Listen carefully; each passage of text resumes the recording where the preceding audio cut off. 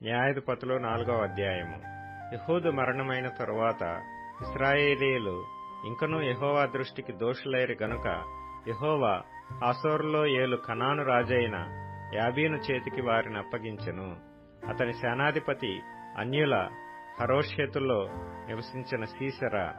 అతనికి 900 ఇనుప రథములుండెను.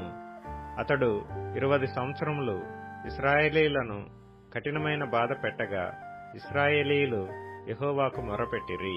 ఆ కాలమున లప్పీదోతునకు భార్య అయిన దెబోరా అను ప్రవక్త్రి ఇశ్రాయేలీయులకు న్యాయాధిపతినిగా ఉండెను. ఆమె ఎఫ్రాయిమీయుల మన్యమందలి రామాకును బేతెలుకును మధ్యనున్న దెబోరా సరళ వృక్షము క్రింద తీర్పుకై కూర్చుండుటకద్దు. తీర్పు చేయుటకై ఇశ్రాయేలీయులు ఆమె యొద్దకు వచ్చుచుండిరి. ఆమె నఫ్తాలి కెదెషులో నుండి అబీనోయము కుమారుడైన బారాకును పిలువనంపించి అతనితో ఇట్లనెను, నీవు వెళ్లి నఫ్తాలీయులలోను జెబూలూనీయులలోను 10,000 మంది మనుష్యులను తాబోరు కొండ యొద్దకు రప్పించుము. నేను నీ దగ్గరకు యాబీను సేనాధిపతి అయిన సీసెరాను అతని రథములను అతని సైన్యమును కీషోను ఏటి యొద్దకు కూర్చి నీ చేతికి అతనిని అప్పగించదనని ఇశ్రాయేలీల దేవుడైన యెహోవా సెలవిచ్చి ఉండలేదా అని దెబోరా చెప్పగా, బారాకు, నీవు నాతో కూడా వచ్చిన ఎడల నేను వెళ్లెదను గాని నీవు నాతో కూడా రాని ఎడల నేను వెళ్లనని ఆమెతో చెప్పెను. అప్పుడు ఆమె, నీతో నేను అగత్యముగా వచ్చెదను, అయితే నీవు చేయి ప్రయాణము వలన నీకు ఘనత కలగదు.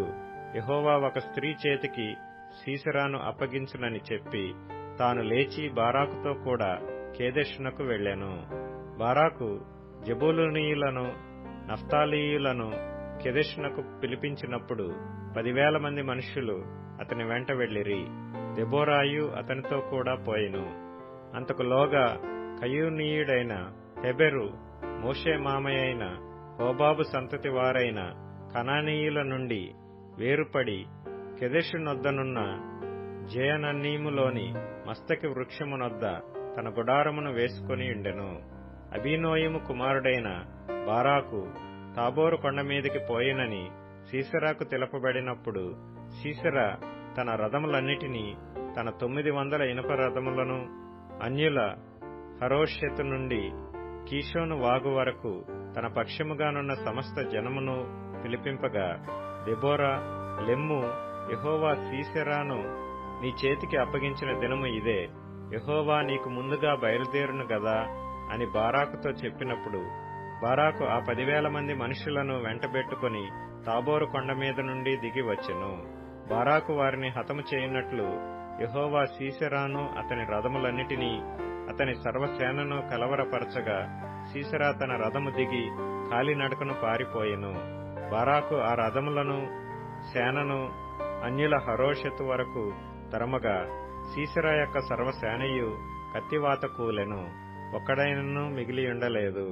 హసోరు రాజైన యాబీనుకును కయూనీయుడైన హెబెరు వంశస్థులకును సమాధానము కలిగి ఉండెను గనుక సీసెరా కాలినడకను కయూనీయుడగు హెబెరు భార్య అయిన యాయేలు గుడారమునకు పారిపోయెను.